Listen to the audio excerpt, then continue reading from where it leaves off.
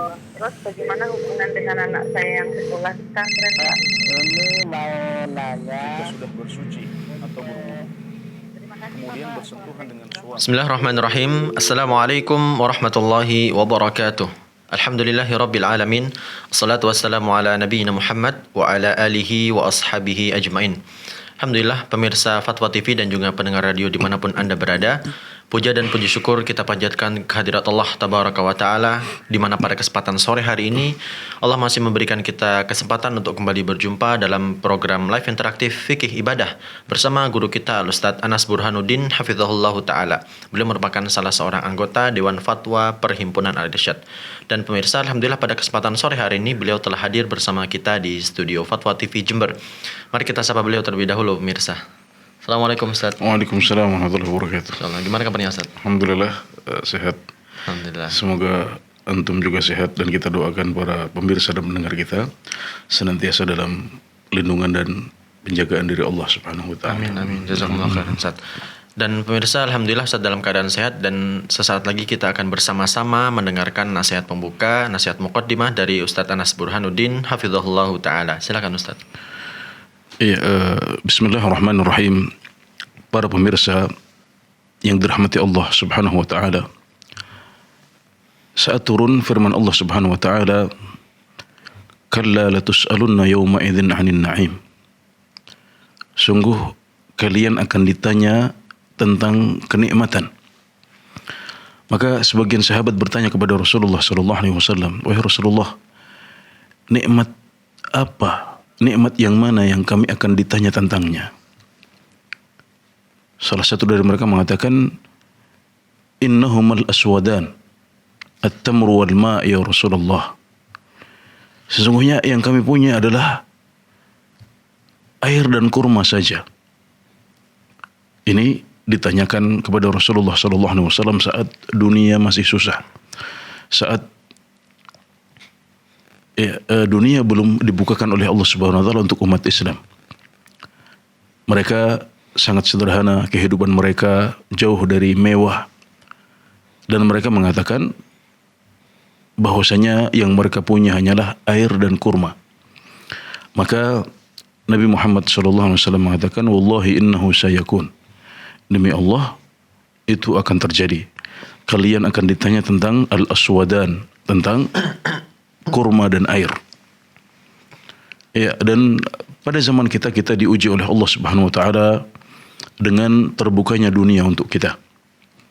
Kita alhamdulillah bisa mendapatkan berbagai kebutuhan duniawi kita dengan mudah pada zaman kita ini. Bahkan kalau kita membandingkannya dengan zaman orang tua kita dahulu, dalam 20 tahun yang lalu, 30 tahun yang lalu, kita dapati dunia sudah begitu terbuka. Ya, begitu banyak nikmat yang diberikan oleh Allah Subhanahu wa taala kepada kita, dan tentunya sebagaimana disebutkan dalam ayat tadi, kita semuanya akan ditanya tentang nikmat itu. Kalau air dan kurma saja akan ditanya, maka rumah yang baik, kendaraan yang nyaman, ya itu semuanya juga pasti akan ditanyakan oleh Allah Subhanahu wa taala. Dan hari-hari ini kita menjelang waktu liburan yang panjang, yang kadang-kadang jika kurang bijak, sebagian umat Islam membelanjakan hartanya dengan perbuatan-perbuatan atau sikap-sikap yang barangkali akan membuat kita sulit dalam menghadapi pertanyaan Allah Subhanahu wa taala di akhirat kelak. Maka saya mengingatkan diri saya pribadi dan para pendengar dan pemirsa sekalian untuk dewasa dalam membelanjakan harta kita itu, karena sesungguhnya kita tidak hanya membelanjakan kemudian beres urusan, tapi kita membelanjakan kemudian kita akan ditanya oleh Allah Subhanahu wa taala tentang nikmat itu.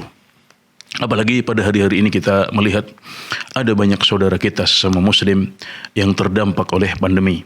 Banyak dari mereka yang awalnya begitu sejahtera, tapi kemudian menghadapi kesulitan di masa pandemi ini, maka mereka layak untuk kita bantu.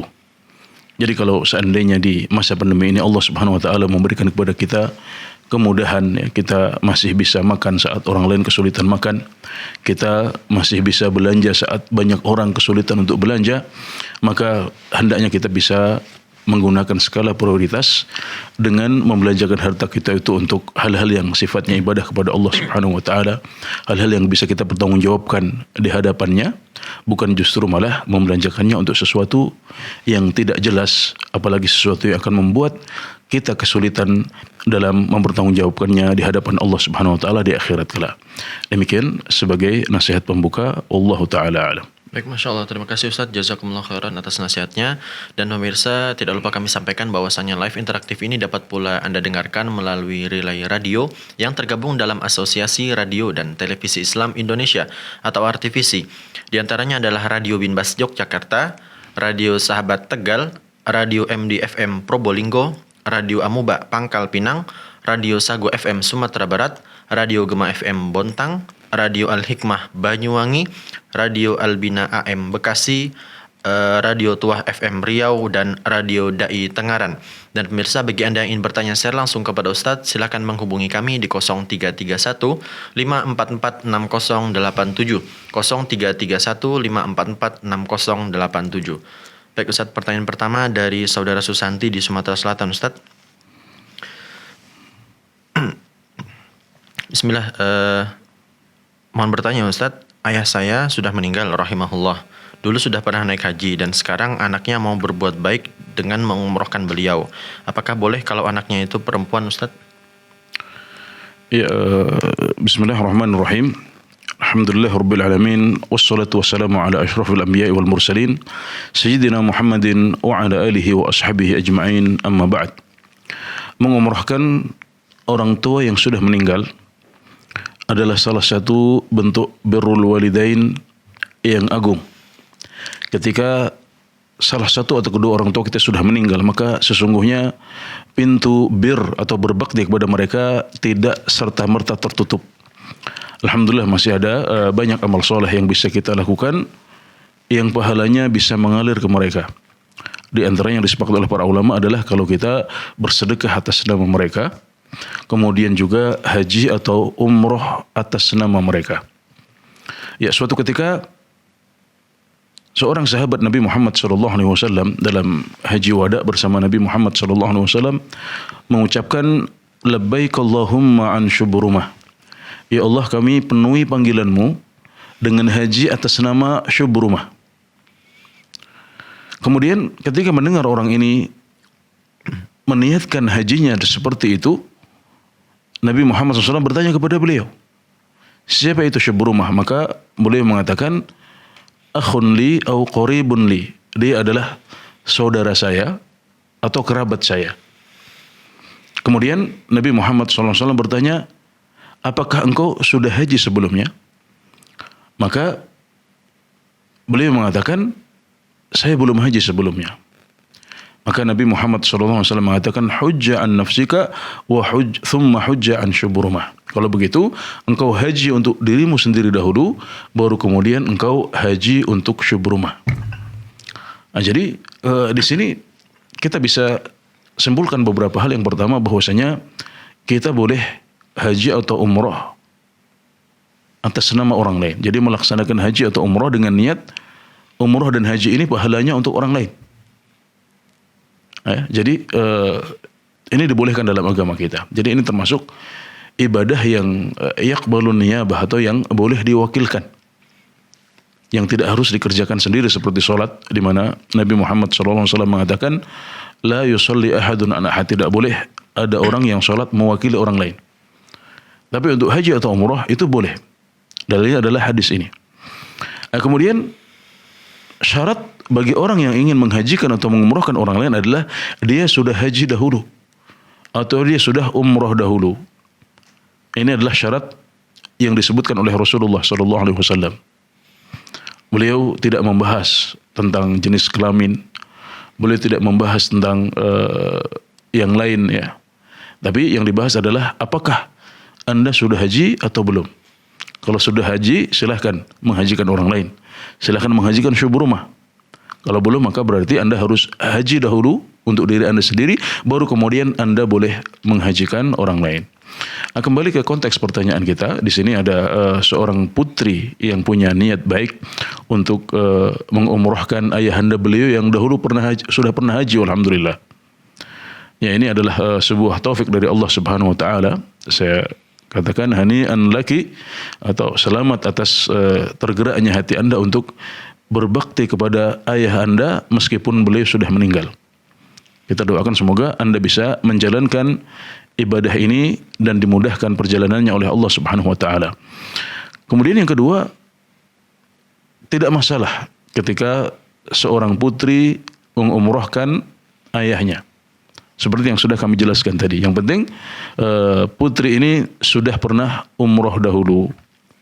Sudah pernah umroh dahulu, baik itu umroh yang lepas dari haji ataupun umroh yang dilaksanakan bersama haji, misalnya dengan haji tamattu.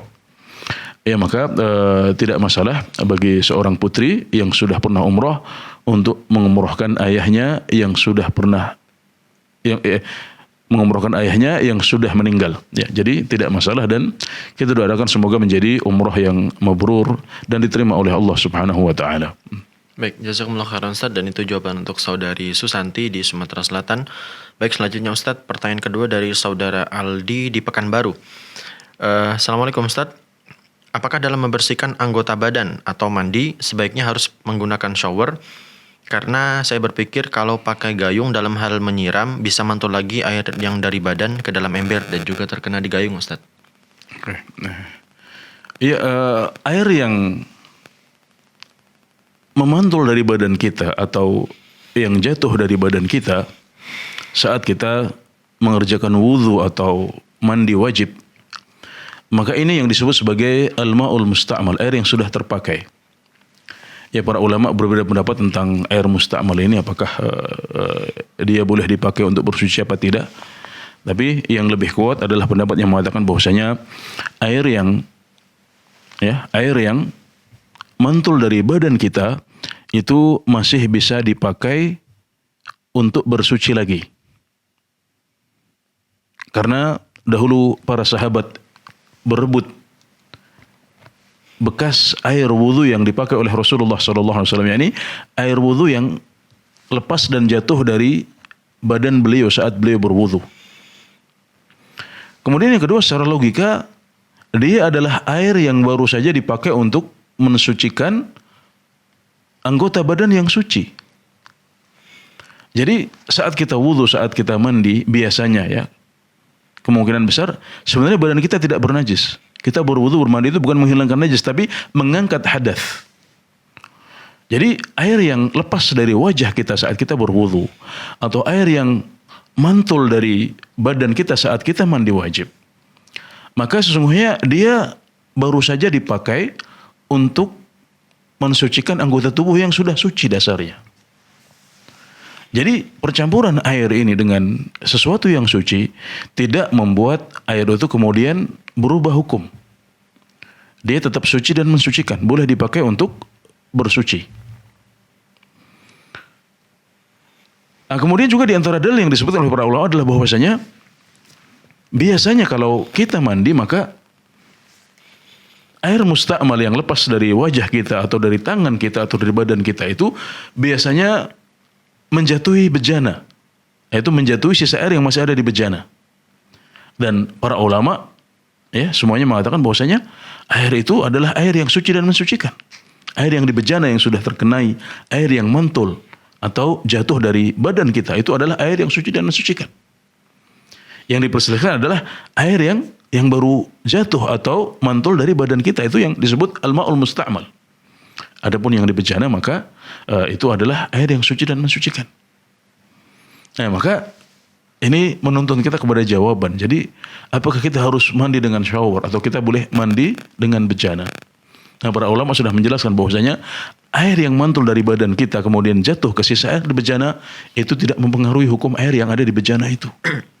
Dia tetap suci dan mensucikan. Jadi kita nggak perlu khawatir. Oh ini kalau kita mandi dengan bejana berarti nanti akan ada cipratan air yang masuk ke bejana. Karena itu sebenarnya seperti kalau kita punya air di gelas ini misalnya, nah kemudian kita masukkan pulpen misalnya. ke dalam gelas ini. Maka ini berarti adalah air yang suci dan mensucikan, kemudian tercampur oleh suatu benda yang suci juga, pulpen misalnya. Dan pulpen ini tidak merubah salah satu sifatnya. Warnanya tidak berubah, baunya tidak berubah, kemudian rasanya juga tidak berubah. Maka ketika saya masukkan pulpen ke gelas saya ini, maka airnya tidak berubah hukum. Dia tetap suci dan mensucikan. Demikian juga ketika ada air di bejana, kemudian kecipratan air yang mantul dari badan kita atau terciprat dari wajah kita, maka itu tidak mempengaruhi hukumnya. Dia tetap suci dan mensucikan.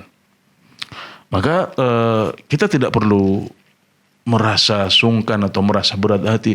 Kok saat saya mandi di bejana, airnya muncrat ke bejana? Karena para ulama menjelaskan itu tidak berpengaruh pada hukum sama sekali. Kemudian kita juga mengetahui bahwasanya Nabi Muhammad SAW, ya, beliau juga mandinya dari bejana. Apalagi pada zaman beliau, ya, belum ada shower seperti yang ada pada zaman kita. Bahkan kalau kita berbicara tentang air pancuran yang alami, maka kota Madinah, kota Mekah bukanlah kota yang memiliki banyak air seperti negeri kita. Dan disebutkan dalam sebuah hadis riwayat Al-Bukhari dan Muslim bahwasanya kana Nabi alaihi salatu wasalam yaghtasilu huwa wa azwajuhu min ina'in wahid. Nabi Muhammad sallallahu alaihi wasallam beliau mandi bersama para istri beliau, ya. Mandi bersama istri beliau dari satu bejana. Ini menunjukkan bahwasanya Nabi Muhammad sallallahu alaihi wasallam pun beliau mandi dari bejana. Maka kita tidak perlu untuk merasa sungkan, merasa enggak nyaman dengan mandi dari bejana, karena itulah yang dilakukan oleh Rasulullah sallallahu alaihi wasallam. Dan jatuhnya air cipratan dari badan kita ke sisa air di bejana, maka itu tidak berpengaruh pada hukum air tersebut. Demikian, wallahu a'lam. Baik, jazakumullah khairan Ustaz, dan itu jawaban untuk saudara Aldi di Pekanbaru. Baik mirsa, kembali kami mengingatkan bagi Anda yang ingin bertanya secara langsung kepada Ustaz, silakan menghubungi kami di 0331 544 6087, 0331 544 6087. Baik Ustaz, pertanyaan selanjutnya dari saudara Ulin Nuha di Banten. Bismillah Ustaz, mohon izin bertanya, jika puasa Ayyamul Bid hari pertama jatuh pada hari Sabtu, kemudian di hari kedua yaitu hari Ahad, kita mengetahui bahwa ada uzur yang menjadikan kita tidak bisa berpuasa. Bolehkah kita tetap berpuasa di hari Sabtu itu, Ustaz? Gimana? Jika puasa Ayyamul Bid, ya 3 hari itu, Ustaz, jatuh pada hari Sabtu. Hari pertama jatuh pada hari Sabtu. Tanggal 13 Sabtu berarti. Ya, kemudian di hari Ahad dia mengetahui bahwa dia mungkin tidak bisa berpuasa karena ada uzur. Bolehkah dia tetap berpuasa di hari Sabtunya, Ustaz? Oke, nanti disambung dengan hari Senin. Iya, disambung dengan hari Senin. Ya. Nabi Muhammad SAW ya menganjurkan kita untuk berpuasa 3 hari dalam 1 bulan.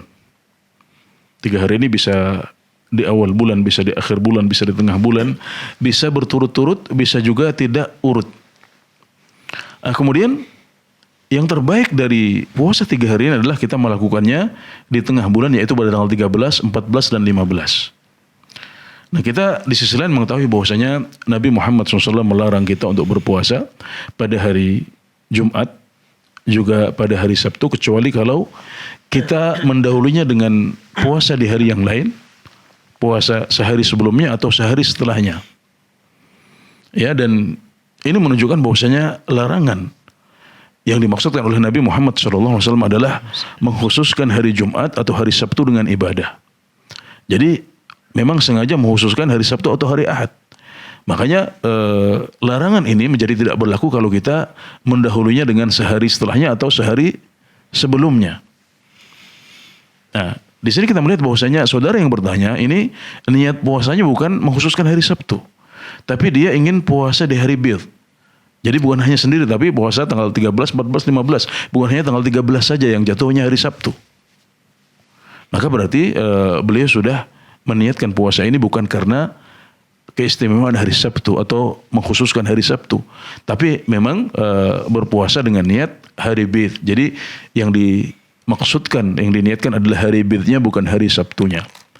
Maka dengan demikian tidak ada masalah dengan puasa ini. Silahkan hari Sabtu tetap berpuasa karena Anda tidak berpuasa karena mengistimewakan hari Sabtu, tapi ada berpuasa untuk tanggal-tanggal bid, tanggal 13, 14 dan 15, dan saat itu Anda mempunyai hanya tanggal 13 dan 15 saja. Nanti bisa disambung dengan tanggal 16 atau bisa juga dimulai dengan tanggal 12 ya, 12 jadi 12 kemudian 13 dan 12 kemudian 13 dan 15 ya, bisa seperti itu. Baik, jazakumullah khairan Ustaz, dan itu jawaban untuk saudara Ulin Nuha di Banten. Dan pemirsa, selanjutnya sudah ada penelpon yang bergabung. Kita akan sapa terlebih dahulu Ustaz ya. Assalamualaikum Fatwa TV. Waalaikumsalam warahmatullahi wabarakatuh. Dengan siapa di mana? Dengan Kadan dari Cianjur. Baik, silakan Bapak. Ya. Assalamualaikum Pak Ustaz. Waalaikumsalam warahmatullahi wabarakatuh. Barakallahu fikum. Amin. Wa fikum. Saya ingin bertanya Ustaz tentang menyentuh wanita yang bukan mahram Ustaz. Jadi saya pernah dengar petarang Ustaz, jadi katanya ada beberapa pendapat tentang hukum menyentuh wanita yang bukan mahram Ustaz. Ada yang katanya batal, ada yang tidak. Jadi yang saya tanyakan, ada beberapa pendapat tentang hal itu dan mohon dijelaskan masih apa sih hujah mereka yang berselisih itu Ustaz. Iya, syukron barakallahu fikum. Assalamualaikum warahmatullahi wabarakatuh. Waalaikumsalam warahmatullahi wabarakatuh. Iya, pendapat yang masyhur dalam masalah ini adalah yang pertama pendapat yang mengatakan bahwasanya menyentuh wanita ajnabiyah ya, selain yang mahram ya, menyentuh wanita non mahram itu membatalkan wudhu kita. Ini adalah pendapat yang diikuti diantaranya oleh mazhab Syafi'i ya. Dan dasarnya adalah firman Allah Subhanahu wa taala, "Au lamastumun nisa." Memang terjadinya perbedaan pendapat dalam masalah ini adalah karena perbedaan penafsir tentang arti "au lamastumun nisa" ini. Ya, "au lamastumun nisa" oleh Ibnu Abbas ditafsirkan sebagai "au jama'tumun nisa" atau kalian bersenggama. Jadi yang menjadi pembatal wudu adalah senggama.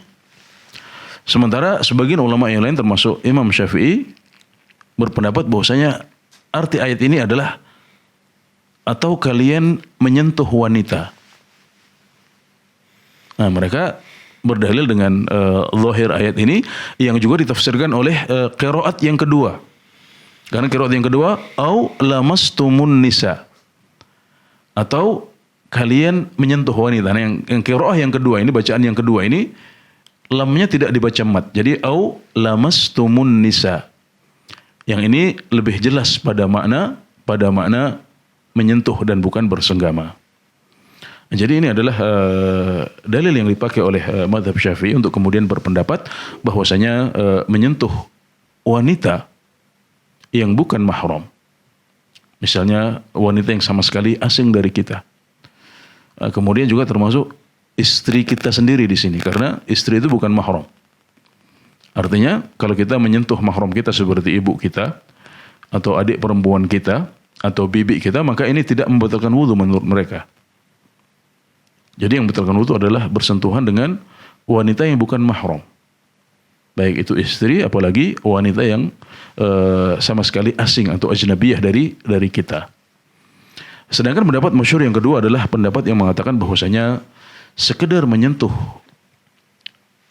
wanita, ya, sekedar menyentuh lawan jenis itu tidak membatalkan wudu. Dan dalil yang mereka pakai adalah sama, ayat yang sama, aula mastumun nisa, itu artinya adalah jima. Karena aula mastum di sini ya sighahnya adalah sighah mufa'alah. Jadi mufa'alah itu menunjukkan musyarakah, menunjukkan saling pegang, tidak hanya memegang tapi saling pegang.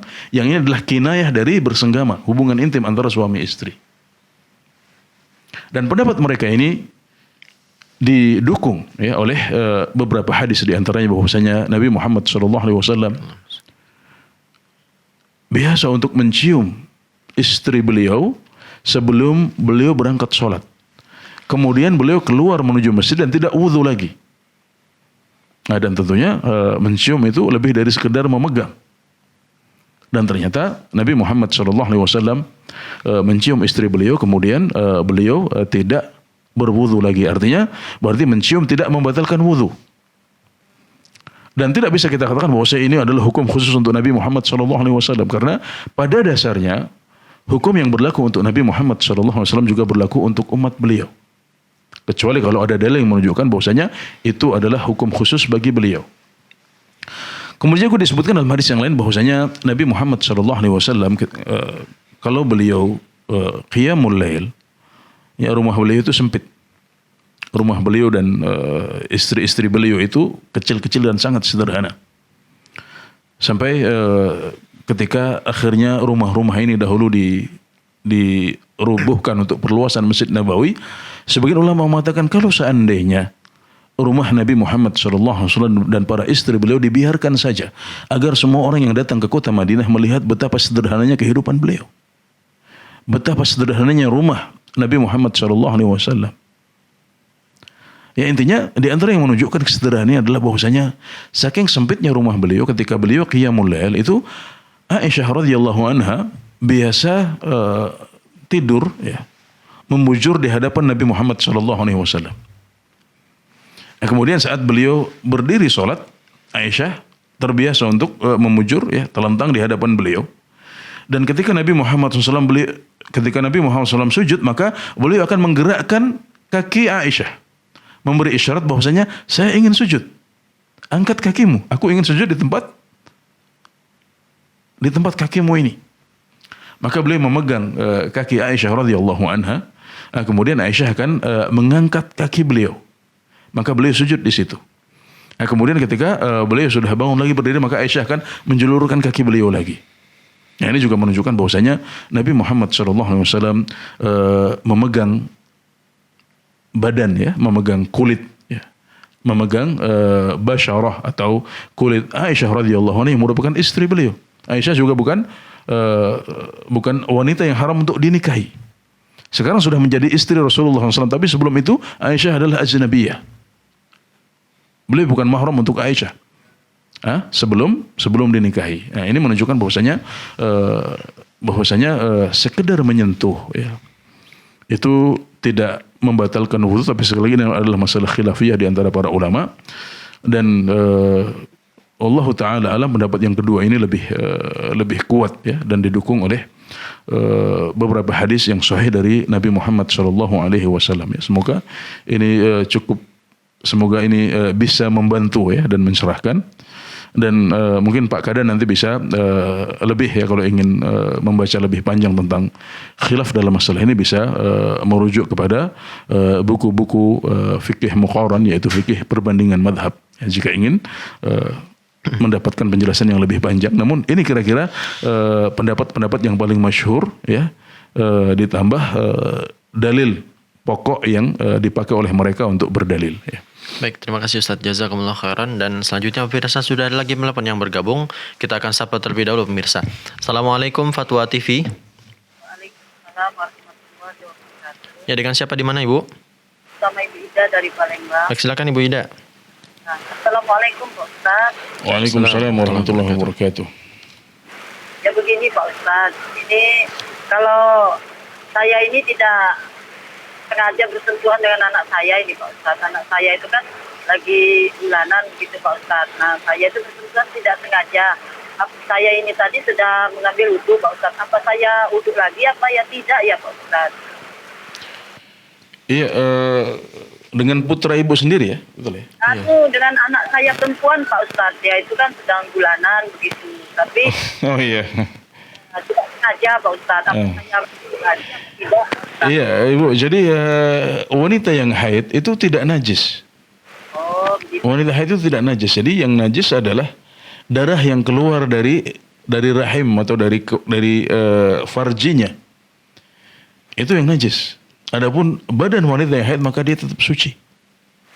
Nabi Muhammad SAW bersabda, "Innal muslima la yanjus." Orang muslim itu tidak najis. Ya, jadi ketika ibu bersentuhan dengan putri ibu yang sedang haid, maka tidak ada masalah. Putri ibu ini tidak najis. Kemudian tidak ada keterangan bahwasanya bersentuhan dengan wanita yang haid itu membatalkan wudhu. Jadi ini dua hal yang berbeda. Jadi najis tidak. Jadi tidak perlu untuk menghilangkan najis dari badan kita. Kemudian yang kedua juga itu bukan hadas. Bukan hadas yang mewajibkan kita untuk berwudu. Jadi bersuci itu ada dua. Yang pertama adalah mengangkat hadas. Seperti kalau kita kentut kemudian wudu, itu namanya bersuci dari hadas. Kemudian yang kedua adalah mengangkat najis, yaitu ketika ada najis yang mengenai badan atau pakaian kita, maka kita membersihkan najis ini. Dan dua hal ini tidak terjadi pada kasus ibu bersentuhan dengan putri ibu yang sedang haid. Putri ibu bukan najis sehingga menyentuhnya tidak membuat kita menjadi bernajis.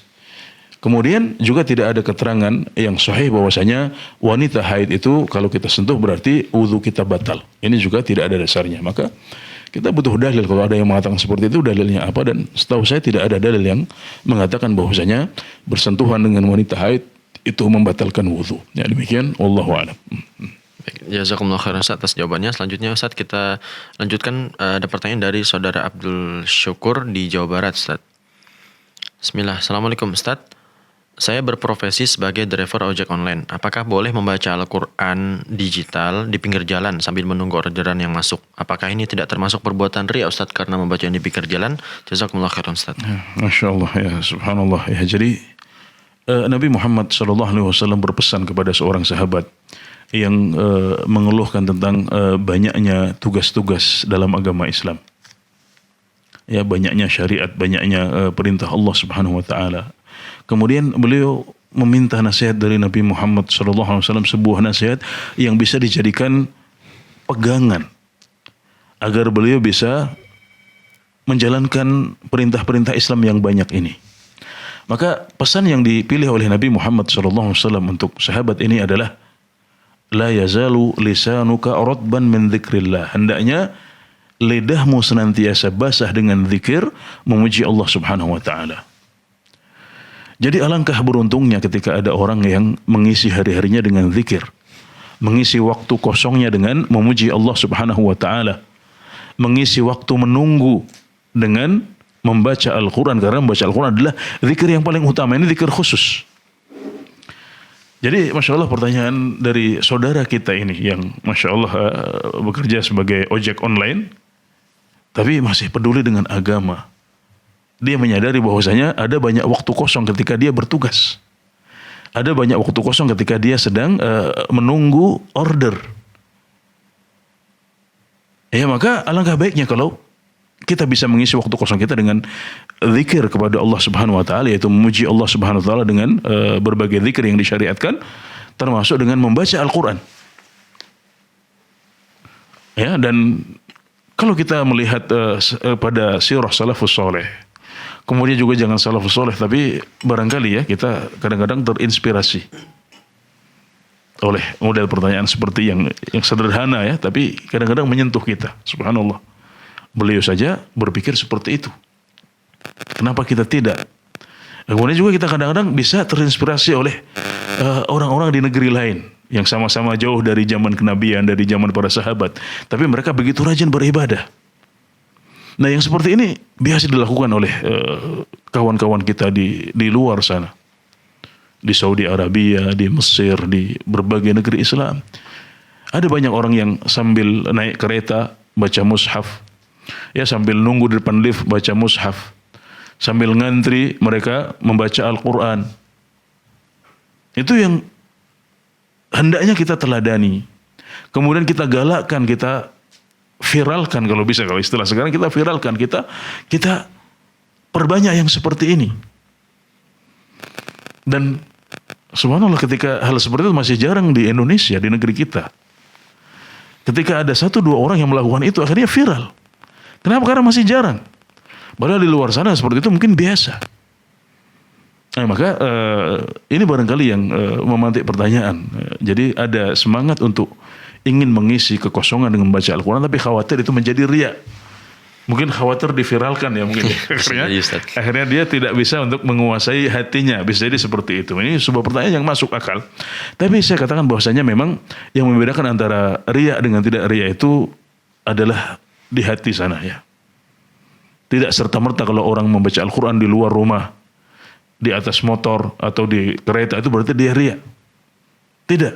Kita bisa membaca Al-Quran di luar rumah, di atas motor kita, saat kita naik kereta dengan ikhlas. Bagaimana caranya? Dengan mengatur hati kita. Sebelum kita membaca Al-Quran bahwasanya saya tidak ingin dipuji orang. Saya tidak ingin viral seperti yang beberapa kali terjadi di Indonesia. Ya saya tidak ingin orang-orang memuji saya tidak ingin orang-orang melihat saya. Karena riya itu artinya adalah beramal agar dilihat oleh orang lain. Jadi kalau sebelum kita membaca Al-Quran kita ingat dengan niat kita. Kemudian sebelum membuka halaman pertama Al-Quran kita yang akan kita baca pada hari itu, kita pasang niat. Karena inilah yang namanya ikhlas itu adalah seperti dijelaskan oleh Imam Ahmad bin Hanbal, mengatur hati kita sebelum kita beramal bahwasanya kita tidak ingin dari amalan ini kecuali hanya pahala dari Allah Subhanahu wa taala saja. Maka kalau suatu saat Anda di atas motor Anda atau di atas mobil yang dipakai untuk ojek online ya, atau di atas kereta, kemudian Anda membuka mushaf digital di HP Anda, jangan lupa untuk pasang niat dulu. Oh, saya hanya ingin pahala dari Allah Subhanahu wa taala. Saya nggak ingin dilihat orang, saya nggak ingin dipuji orang, saya nggak ingin tersorot oleh CCTV, saya tidak ingin menjadi viral hanya gara-gara membaca Al-Quran ini. Nah kalau sudah seperti itu bismillah, jangan pedulikan godaan-godaan seperti ini lagi. Karena ini bisa jadi juga menjadi godaan setan. Di satu sisi adalah salah satu cara untuk mawas diri, hati-hati, tapi juga kadang-kadang bisa menjadi godaan setan agar kita nggak ngapa-ngapain, agar kita tidak beramal apapun karena riya. Bismillah. Jadi yang penting adalah Anda hati-hati dengan keikhlasan, hati-hati dengan niat. Ya, tapi kalau Anda sudah pasang niat yang baik, maka bismillah insyaallah apa yang Anda lakukan itu bukan karena riya, tapi insyaallah akan menjadi ibadah yang ikhlas karena Allah Subhanahu wa taala ya. Baik, jazakumullah khairan Ustaz, terima kasih atas jawabannya. Selanjutnya pemirsa sudah ada penelpon yang bergabung bersama kami. Kami akan sapa terlebih dahulu. Assalamualaikum Fatwa TV.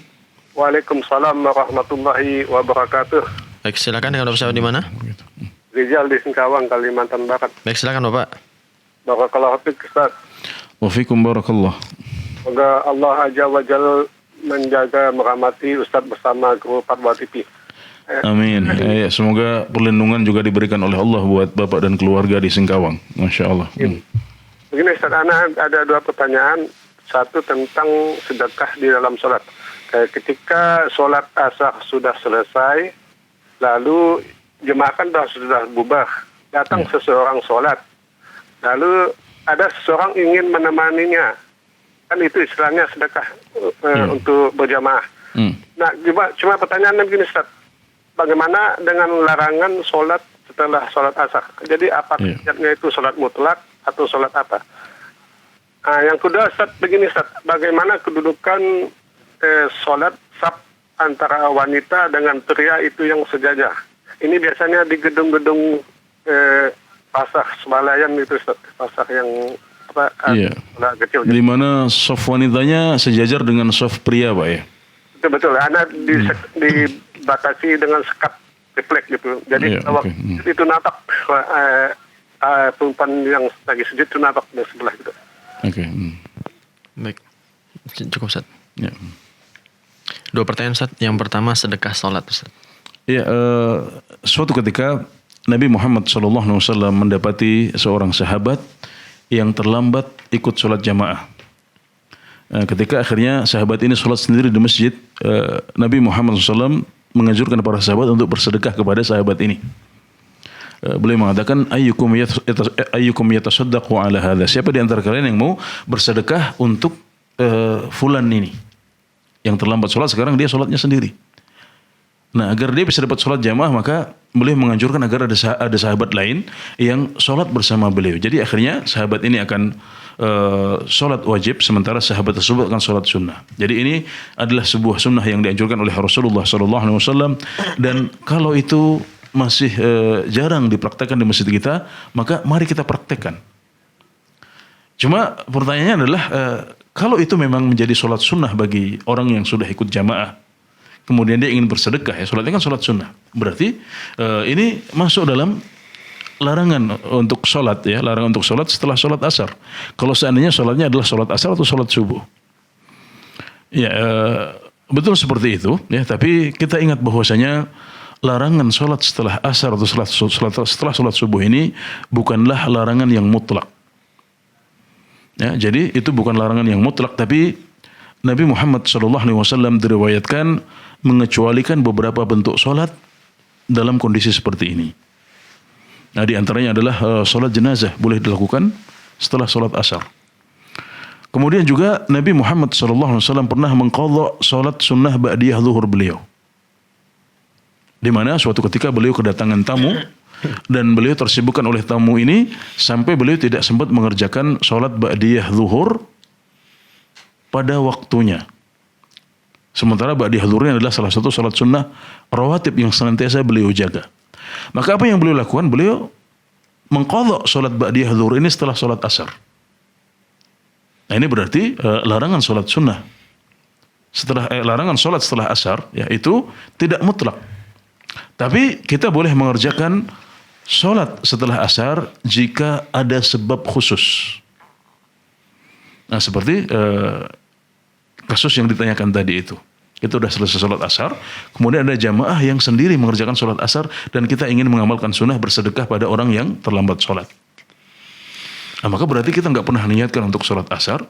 Nah, kemudian tiba-tiba ada kondisi kita melihat peristiwa seperti itu, kemudian kita bergabung sholat dengan dia. Berarti adalah termasuk sholat dzatus sabab yang disebutkan oleh para fuqaha, ya, sholat yang memiliki sebab khusus, ya, sehingga kita bisa mengerjakannya meskipun di waktu larangan, ya.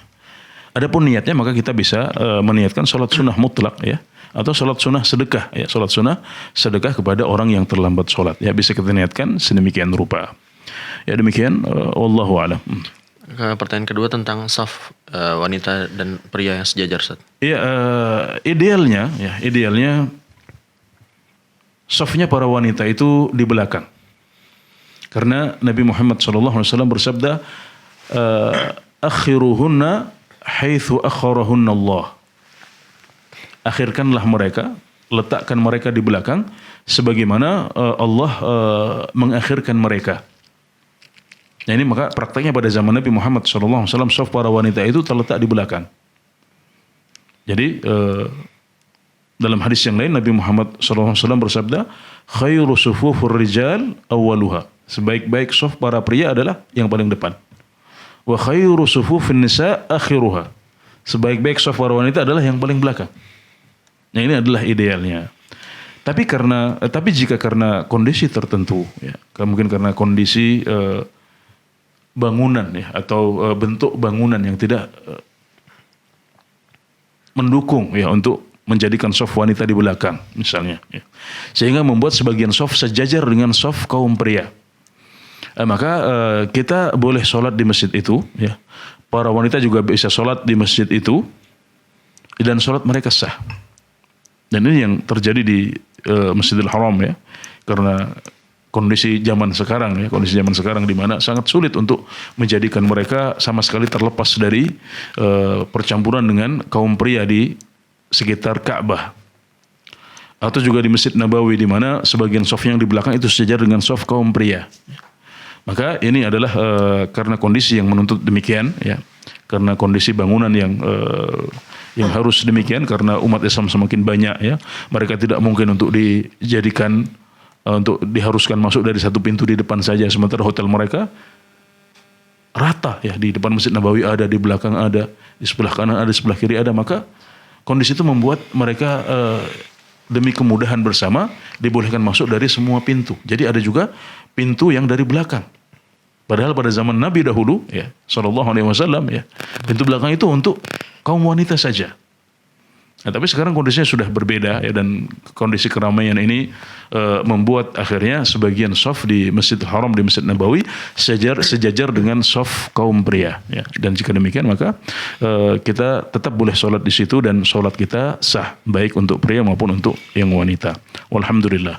Baik, jazakumullah khairan Ustaz, terima kasih atas jawabannya, dan kami ucapkan terima kasih kepada saudara Bapak Rizal di Singkawan yang sudah bertanya. Selanjutnya pemirsa, sudah ada lagi penelpon yang bergabung, kita akan sapa. Assalamualaikum Fatwa TV. Waalaikumsalam warahmatullah. Ya, dengan siapa di mana? Pak Imam dari Sumbawa Pelangpang, Pak Ustaz. Silakan Bapak Imam. Iya. Saya mau tanya ini masalah zikir pagi sama zikir petang ini. Kan kalau pagi saya baca itu Rabbi as'aluka. Kalau petang Rabbana as'aluka. Bagaimana itu Pak Ustadz? Oke. Cukup Bapak? Iya Pak. Bapak yang biasa dipakai kitab apa Pak Imam di Sumbawa? Pelang-pelang ya? Saya punya kitab ini Fathul Majid sama Riyadus Sholihin. Iya. Itu kitab saya itu sama Tauhid. Itu kitab Tauhid saya dapat di Mekah. Oke, iya, oke. Jadi sepanjang yang saya tahu ya, jadi yang membedakan itu bukan Robbi dengan Robbana Pak ya. Tapi yang membedakan adalah redaksi yang setelahnya. Kalau pagi hari kita membaca Rabbi as'aluka khairu ma fi hadzal yaum. Sedangkan yang sore hari ya kita membacanya Rabbi as'aluka khairu ma fi hadhil lailah. Jadi yang pagi hari adalah kita meminta kepada Allah, ya Tuhanku, wahai Tuhanku, sesungguhnya aku meminta kebaikan hari ini. Itu kita ucapkan di pagi hari. Sedangkan di malam hari, ya di malam hari kita membacanya Rabbi as'aluka khairu ma fi hadhil lailah. Aku meminta kepadamu kebaikan malam ini. Dan ini yang logis, ini yang sesuai dengan kondisi, karena di pagi hari kita sedang memulai hari kita, maka kita minta kebaikan hari itu dan yang setelahnya. Sedangkan saat kita zikir petang, maka kita sedang memulai malam hari kita atau menjelang malam hari kita, maka kita meminta kebaikan malam hari itu. Adapun perbedaan antara Robbi dengan Robbana ya, ini hanyalah perbedaan dhamir ya, perbedaan kata ganti saja. Mungkin masih perlu dirujuk tentang riwayat-riwayatnya ya, tapi yang saya tahu yang berbeda bukanlah Robbi dan Robbana, karena semuanya maknanya keduanya sama saja sebenarnya ya. Robbi itu untuk satu orang ya, kalau Robbana itu untuk bersama-sama ya. Dan yang saya tahu bedanya bukan di situ, tapi di kata-kata yang setelahnya ya. Demikian, Allahu taala alam. Ya, jazakumullah khairan Ustaz. Selanjutnya Ustaz, ada pertanyaan dari Indra Rahmat di Sumatera Selatan. Bismillah. Assalamualaikum Ustaz. Apabila seseorang dalam keadaan sakit keras dan sampai tidak sadarkan diri dan koma beberapa hari, dalam kondisi ini yang bersangkutan tidak menjalankan sholat fardu. Pertanyaannya, apakah ketika dia sadar dia wajib mengganti sholat-sholatnya yang tertinggal di masa sakit Ustaz? Iya. Oke. Berapa hari? Beberapa hari Ustaz. Beberapa hari disebutkan ya. Oke. Ya, jadi pingsan itu lebih dekat untuk dikiaskan kepada kondisi gila daripada kepada kondisi tidur. Ya, pingsannya adalah tengah-tengah antara tidur dengan gila. Nah, mau ditarik kemana? Apakah disamakan dengan kondisi gila, di mana orang yang gila itu tidak wajib sholat. Selama dia gila maka tidak wajib untuk mengqadha. Atau kita akan kiaskan kepada kondisi tidur. Ya. Di mana orang kalau tertidur, ya dia tetap wajib untuk sholat. Kalau dia terlambat mengerjakannya pada waktunya, dia harus mengqadhanya kapan dia terbangun dari tidurnya. Nah, jadi dari sinilah para ulama berbeda pendapat kemudian. Apakah kondisi pingsan seperti yang disebutkan dalam pertanyaan itu mengambil hukum gila atau mengambil hukum tidur ya. Dan yang lebih kuat Allah Ta'ala adalah bahwasanya kondisi pingsan itu lebih dekat kepada kondisi gila. Dan para fuqaha dari zaman dahulu sudah menyebutkan bahwasanya tidur itu lebih mending daripada gila, pingsan dan mabuk. Yang saat pembahasan tentang zawalul akal, hilangnya akal, mereka menyebutkan bahwasanya tidur itu lebih ringan daripada satu kelompok yang lain, yaitu gila, kemudian pingsan dan mabuk. Kenapa? Karena orang yang tidur itu kapan-kapan bisa dibangunkan. Kita gerak-gerakkan, ya, kita ketika mendengar suara yang kencang atau gerakan yang besar, dia akan bangun. Sementara orang yang pingsan tidak bisa kita lakukan seperti itu. Dia butuh proses. Bahkan ada sebagian orang yang pingsannya bisa berbulan-bulan. Nah, maka berdasarkan ini, maka pendapat yang lebih kuat adalah yang mengatakan bahwasanya kondisi pingsan itu seperti kondisi gila. Maka barang siapa yang pingsan, ya, apalagi untuk waktu yang panjang, beberapa hari seperti yang disebut dalam pertanyaan ini, ya, sebagian ulama berpendapat kalau lebih dari sehari, ada yang mengatakan kalau lebih dari 3 hari, ya, ada khilaf di antara para mereka. Memang tidak ada nas, tidak ada dalil yang tegas membatasi. Ya. Jadi yang lebih kuat adalah bahwasanya kalau pingsannya cukup lama, maka itu kondisinya seperti kondisi gila. Di mana kalau kita pingsan dalam hari-hari seperti itu, maka berarti kita tidak wajib untuk mengqadha'nya. Ini yang lebih kuat, Allah Ta'ala alam. Ini mengingatkan saya akan sebuah pertanyaan yang disampaikan kepada Syekh bin Baz rahimahullah ta'ala, bahwasanya ada orang yang kecelakaan. Kemudian dia ini pingsan selama berminggu-minggu. Kalau tidak salah sampai 3 bulan dia pingsannya, ya, sampai berminggu-minggu, ya. Kemudian setelah dia selesai pingsan, itu dia sudah sadar. Tapi tentunya dalam kondisi sangat parah, dia tidak bisa untuk sholat dengan wudhu dengan lengkap. Akhirnya dia minta didatangkan tanah, ya, untuk tayamum, tapi ternyata pihak rumah sakit tidak mendatangkannya. Akhirnya orang ini selama berbulan-bulan dia tidak sholat. Akhirnya orang ini bertanya kepada Syekh bin Baz rahimahullah ta'ala, dan beliau mengatakan adapun kondisi pingsan yang pertama, maka itu tidak wajib untuk diqadha. Ya, karena sekali lagi orang yang pingsan seperti orang gila, tidak ada kewajiban untuk sholat. Jadi taklif atau kewajiban untuk sholat itu gugur darinya. Adapun yang beberapa bulan yang berikutnya yang dia sudah sadar, tapi tidak sholat dengan alasan tidak bisa tayamum karena pihak rumah sakit tidak mendatangkan tanah untuk bisa, debu untuk bisa tayamum. Maka ini bukan alasan untuk menggugurkan kewajiban sholat atas dirinya. Maka boleh mengatakan adapun hari-hari pingsan maka itu tidak wajib untuk diqadha. Sedangkan hari-hari di mana Anda tidak sholat karena Anda tidak bisa tayamum, maka ini harus diqadha. Ya. Dan dalam kondisi seperti itu, ya, bahkan kalau seandainya orang udah berusaha, dia mau wudhu tidak bisa, mau tayamum tidak ada debu, ya, maka dia bisa sholat bahkan tanpa tayamum sekalipun. Sebagaimana firman Allah Subhanahu wa taala, fattaqullaha mastata'tum, bertakwalah kalian kepada Allah semampu kalian. Ya, ini adalah sebuah faedah dari fatwa Syekh bin Baz tentang pertanyaan yang disampaikan di sini.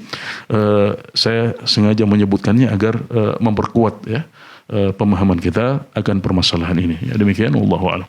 Insyaallah, jazakumullah khairan Ustaz. Terima kasih atas jawabannya. Selanjutnya Ustaz, ada pertanyaan dari Ahmad di Kalimantan Tengah, Ustaz.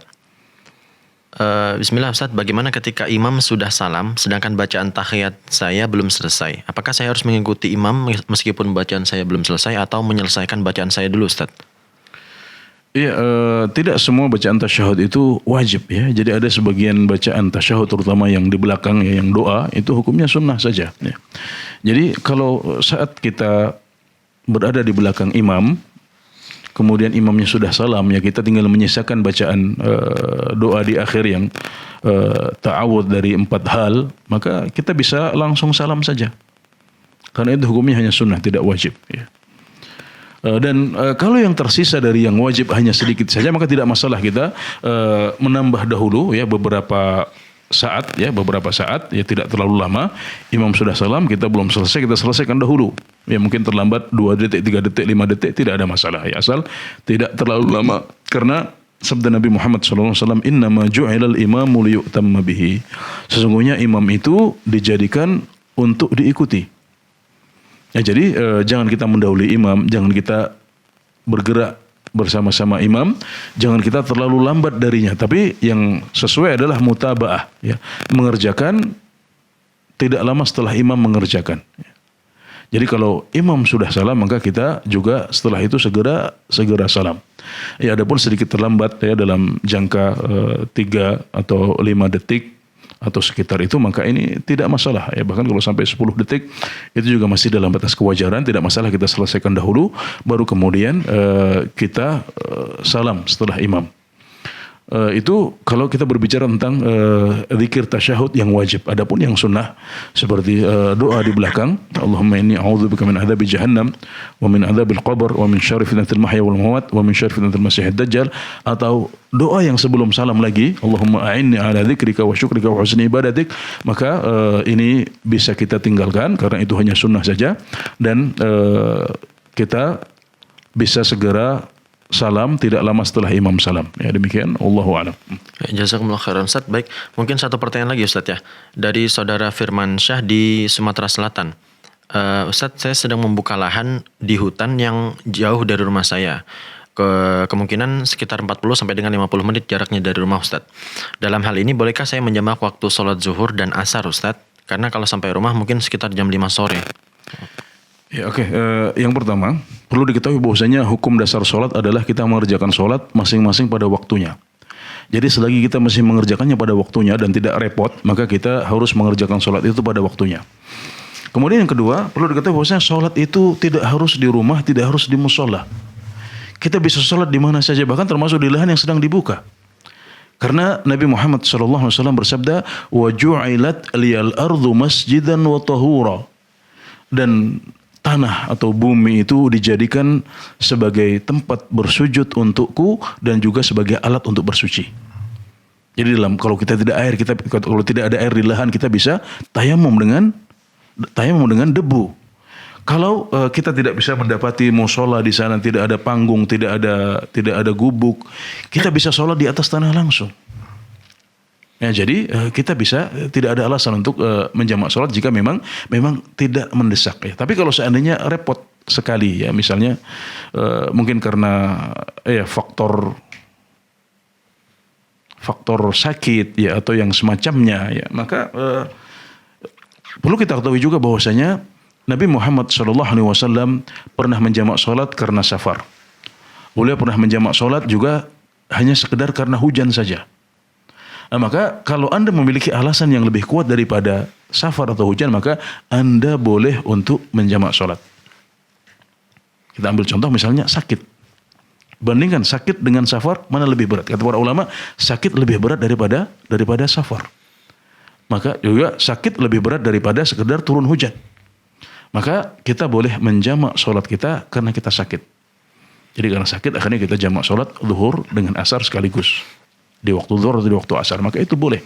Karena kondisi sakit ini lebih berat daripada kondisi safar atau kondisi hujan. Maka kalau dalam proses membuka lahan ini Anda memiliki alasan yang lebih kuat daripada turunnya hujan atau daripada safar, maka bismillah Anda boleh untuk menjamak sholat Anda. Nah, demikian, wallahu a'lam.